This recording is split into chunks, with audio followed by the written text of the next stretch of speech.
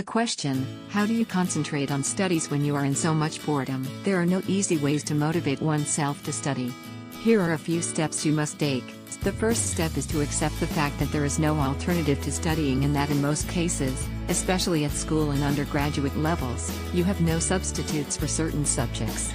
It is best to make peace with this reality rather than keep asking yourself, why must I study this? The next step is to identify a reason for you to study.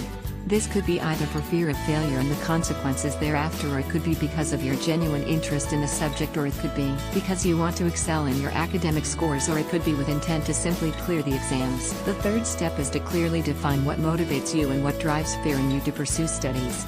For some subjects you have a natural liking/love, whereas some subjects get you really worked up. Your motivation could be you liking the subject, or you finding it easy, or the subject engages you, or the fact that you invariably score well in the subject.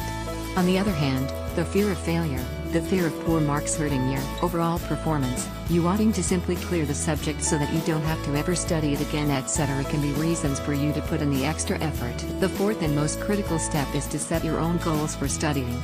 This is tough because it is an unpleasant task with a series of activities chosen by you having to be executed in order to achieve your goal. The goals could be a mix of length of study, portion to be covered, identifying subjects that require more study, practice, selecting the right time for study/drawing up a timetable, determining the marks aimed for, etc. Your motivation is derived from the goal you set for yourself. Without a goal, all you have is a hazy idea of what you hope to achieve, and invariably you postpone, avoid what needs to be done.